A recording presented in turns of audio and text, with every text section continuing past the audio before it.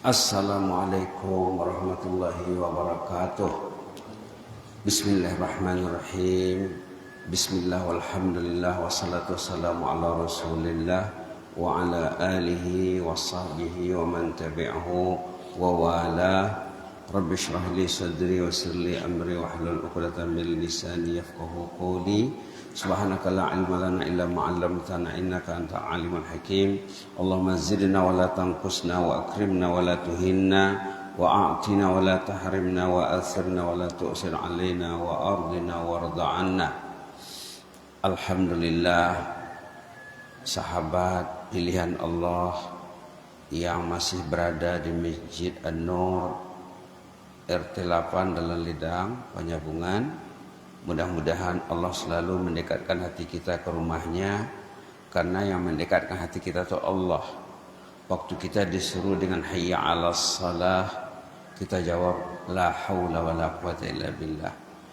Kita mendengar hayya 'alal falah, kita jawab la haula wala quwata illa billah. Artinya Allah yang mengasihi kita al-haul wal quwwah. Al-haul itu kata ulama maksudnya kekuatan menjauhi dosa.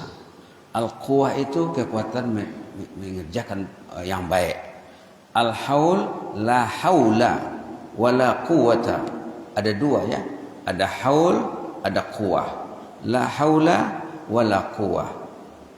Tak mampu kita menjauhi dosa dan maksiat. Wala quwah, tidak mampu kita berbuat taat illa billah. Yang mengasihinya Allah. Allah mengasihi kita nyawa, mengasihi kita akal, mengasihi kita iman, dikasihnya kita power, kuah. Kuah itu power. Kalau tidak ada dari Allah, tidak ada apa-apa. Maka itulah ya, cantik sekali jawaban azan, hayya 'alas salah hayya 'alal falah, dijawab dengan apa? La haula wala quwata illa billah. Karena hayya 'alas salah itu inti azan. Inti panggilan azan hayya 'alas salah. Allahu akbar itu mukaddimahnya. Asyhadu an la ilaha illallah, asyhadu anna Muhammadar Rasulullah, itu mukaddimah azan. Intinya hayya 'alas salah. Hasilnya, resultnya, dapatannya hayya 'alal falah. Nah, kalau orang itu mau datang salat berjamaah, dia akan menjadi ahlul falah, akan sukses insyaallah dunia akhirat. Karena nanti disebut dalam hadis, orang yang paling gembira saat keluar dari kubur, yang happy mendengar azan. Orang yang paling gembira nanti keluar dari kubur, yang happy mendengar azan, dia menyahut azan, dia memenuhi panggilan azan. Subhanallah, nikmat yang besar dari Allah ya. Kemudian salawat dan salam ke atas Rasulullah SAW. Apalagi di pagi hari ini dan setiap pagi kita berusaha ingin mengisi sedikit masa untuk ilmu. Nah, kita bicara ini sudah yang ke-15 ini, serial yang ke-15, episode yang ke-15 tentang pentingnya kita mengetahui fasilitas kekuatan yang diberi Allah untuk kita. Kita bicara kemarin tentang as-suhbah as-salihah, persahabatan. Orang itu kuat dengan sahabatnya, lemah dengan temannya. Kalau berteman dengan orang yang kuat, dia akan kuat. Kalau berteman dengan orang yang lemah, dia akan lemah. Kalau dia berteman dengan orang ahlul masjid, pencinta masjid, dia mesti ke masjid.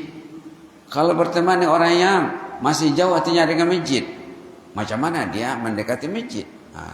Ada satu ayat dalam surah Furqan tentang persahabatannya.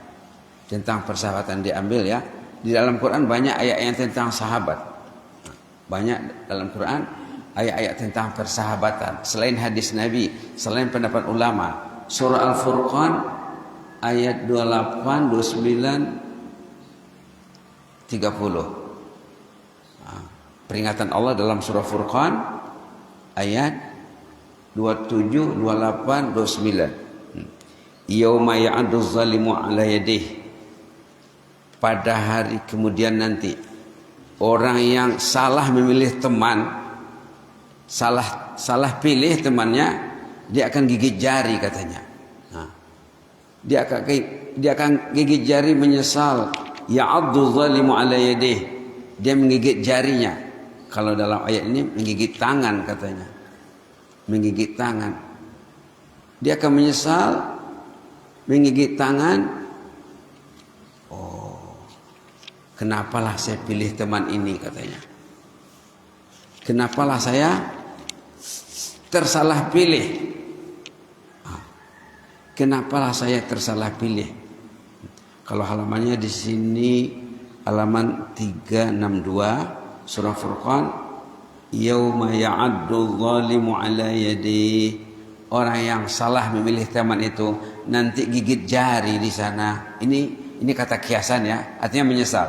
Yaqul, dia menyesal, ya laitani ittakhaztu ma'ar rasuli sabila. Ya wailata laitani lam attakhiz fulanan khalila. Ya wailata laitani lam attakhiz fulanan khalila. Ayat 28. Ya wailata, nadang wal manadongan anda. Ini bahasa Mandailiknya. Aduh sedihnya, aduh sialannya, aduh malangnya aku ini. Ya wailata laitani lam attakhiz fulanan khalila. Kenapalah saya berteman dengan teman saya yang jahat itu? Nyesal saya. Laqad adallani 'ani dzikr. Dia telah menyesatkan aku daripada Al-Qur'an, daripada peringatan Allah. Ba'da izja'ani, setelah peringatan itu datang kepada aku, ada Quran. Tapi temanku teman yang jauh dari Al-Qur'an, lalu aku terjauh dari Al-Qur'an juga. Wa kana syaitanu lil insani khuzula. Itu kerja syaitan sebenarnya. Orang yang jahat mendekati orang yang jahat itu kerja syaitan. Syaitan itu kerjanya memang khuzul, membuat orang itu sial, membuat orang itu rugi, membuat orang itu terhina. Nah, kalau kita lihat dalam tafsir, ini tafsir Imam Qurtubi ya. Nah, pernah juga dibawa ke sini dulu.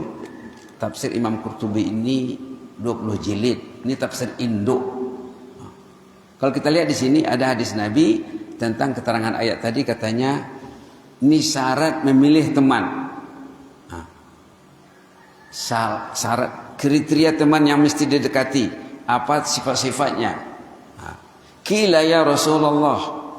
Ada sahabat bertanya kepada Nabi, ayyu julasaina khair? Siapakah teman baik yang layak dijadikan kawan rapat? Kata Nabi ada 3 sifatnya. Qal, jelas Nabi, man iza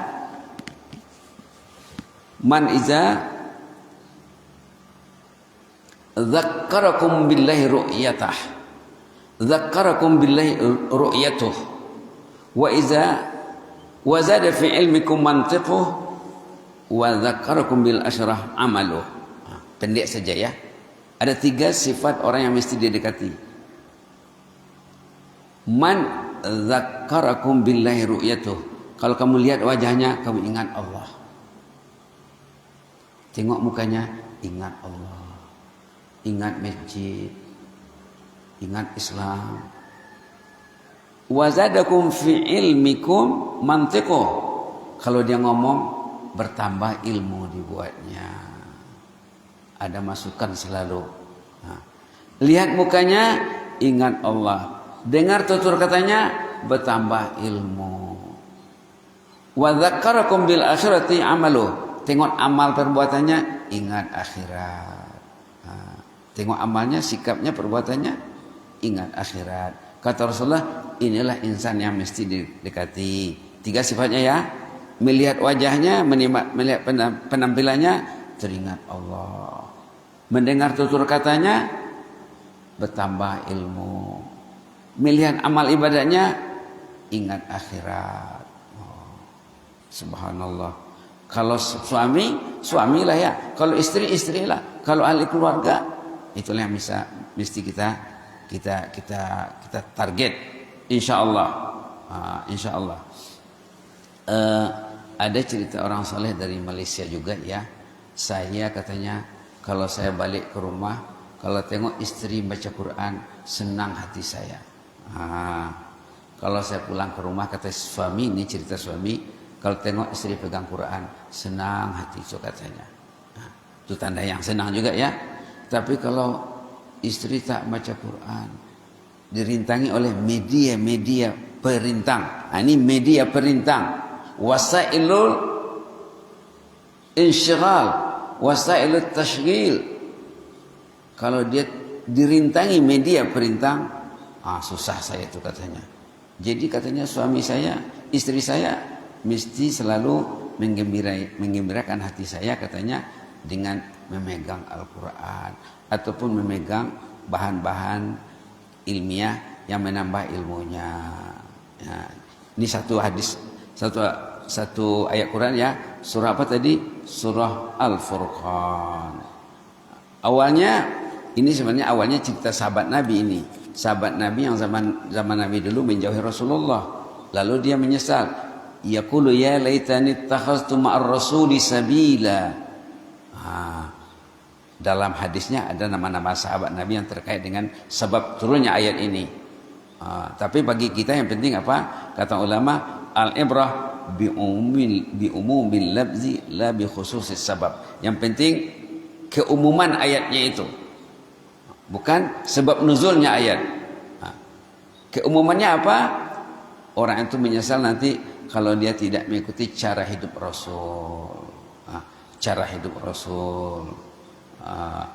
Dan selalunya orang yang tidak mengikuti cara hidup Rasul itu dia akan dipengaruhi oleh faktor luaran, yaitu faktor sahabat ataupun teman.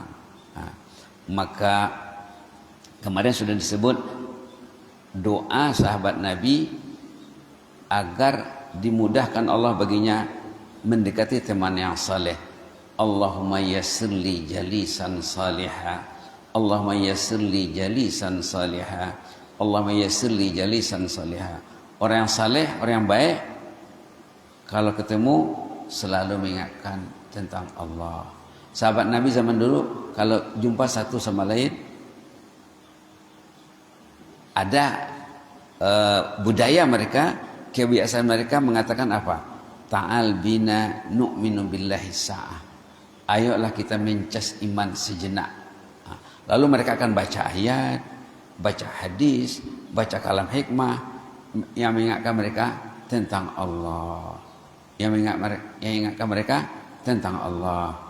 Ada lagi ayat lain nanti dalam surah Zuhruf.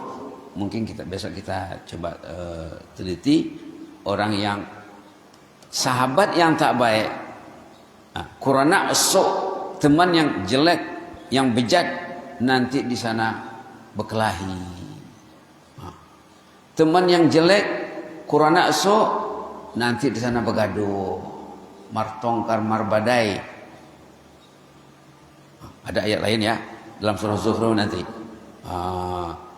Kemarin juga sudah disebut ayat dalam surah Syu'ara, orang yang baik, sahabat yang saleh, nanti kalau dia masuk jannah, masuk surga, dia akan mencari temannya, dia akan mencari sahabatnya. Ndak enak dia kalau ndak ketemu dengan sahabatnya. Itu nama temannya akrab ya. Lalu rupanya ada kasus yang berlaku yang disebut dalam surah Syu'ara. Orang itu mencari temannya di jannah, di surga, lalu tidak ada di surga. Kalau tidak ada di surga, tempat sana ada dua saja kan? Ada surga atau neraka. Dilihat di neraka, ada di sana. Maka dengan syafaat temannya, bantuan temannya, dia disuruh keluar dari neraka. Disuruh keluar dari neraka. Petugas di neraka mengimbau, Fulan bin Fulan, Fulan anak si Fulan, temanmu kehilangan di jannah. Kau diperintahkan keluar dari neraka ini. Keluarlah orang itu. Melihat dia keluar, penghuni neraka, wah, aso morot nasadai katanya. Kenapa yang seorang itu keluar tuh? Kata malaikat, ada teman yang mencarinya di jannah, di surga. Lalu apa kata ahlun nar? Fama lana min syafi'in. wala sadiqin hamim. Aduh, sialanlah ini katanya. Tidak ada orang yang mencari saya di neraka ini. Tidak ada orang yang kehilangan saya. Wala sadiqin hamim, temannya akrab pun tidak ada. Halaman 371 ayat 100 101 surah Asy-Syu'ara. Ayatnya pendek saja ya. Fama lana min syafi'in. Tidak ada orang yang beri syafaat sama kami. Nabi pun tak beri dia syafaat. Orang yang nomor satu dapat syafaat Nabi apa? Kalau kita baca hadis syafaat lah ya. Orang yang nomor satu mendapat syafaat Nabi, orang yang mendengar azan, menjawab azan dan berdoa sesudah azan. Orang yang mendengar azan, menjawab azan dan memenuhi panggilan azan dan berdoa sesudah azan, itu nomor satu dapat syafaat Nabi. Kita selalu dengar sahabat-sahabat kita, marilah kita berselawat kepada Rasul, mudah-mudahan kita dapat syafaatnya katanya.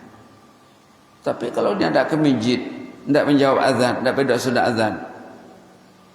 Sedangkan selawat itu membuktikan kecintaan kita kepada Nabi. Kalau cinta kepada Nabi, datanglah ke masjid. Hadis syafaat nomor satu, yang paling kuat hadisnya, hadis terkait dengan azan. Bukan hanya selawat saja. Selawat itu ya juga. Tapi yang paling kuat hadisnya tentang syafaat. Katanya dalam hadis, siapa yang membaca doa Allahumma rabb hadhihi da'wati tammah wa salatil qaimah ati Muhammadan al-wasilata wal fadilah wa ba'athu maqama mahmudan alladhi wa'adtah halat lahu syafaati yaumal qiyamah. Orang itu layak mendapat syafaatku pada hari kiamat. Bacalah hadis tentang syafaat ya. Jangan baca hadis tentang salawat saja. Membaca hadis jangan satu saja dibaca. Baca lagi hadis yang di sebelahnya. Jadi begitulah ya. Maka Nabi Muhammad zaman dulu pernah berlaku dan pernah sering sudah disebut, sesudah salat subuh dia bangkit menanya orang yang tak datang ke masjid. Menanya orang yang tak datang ke masjid, ditanyanya, dipanggilnya namanya supaya orang lain nanti mengingatkannya, nanti besok hari berikutnya dia datang ya. Jadi begitulah. Ada 3 tadi sifat orang yang mesti kita dekati. Tengok wajahnya, ingat Allah. Dengar tutur katanya, tambah ilmu. Lihat amal ibadahnya, sikapnya, tindak tanduknya, ingat hari kemudian. Itulah ya yang langka sekarang. Itulah berusaha kita menciptakannya dalam komunitas kita ya. Mudah-mudahan kita termasuk sahabat yang berhimpun nanti di bawah naungan Allah di hari kemudian. Jazakumullah khairah. Inni uhibbukum fillah wa astaudiukumullah. Wassalamualaikum warahmatullahi wabarakatuh.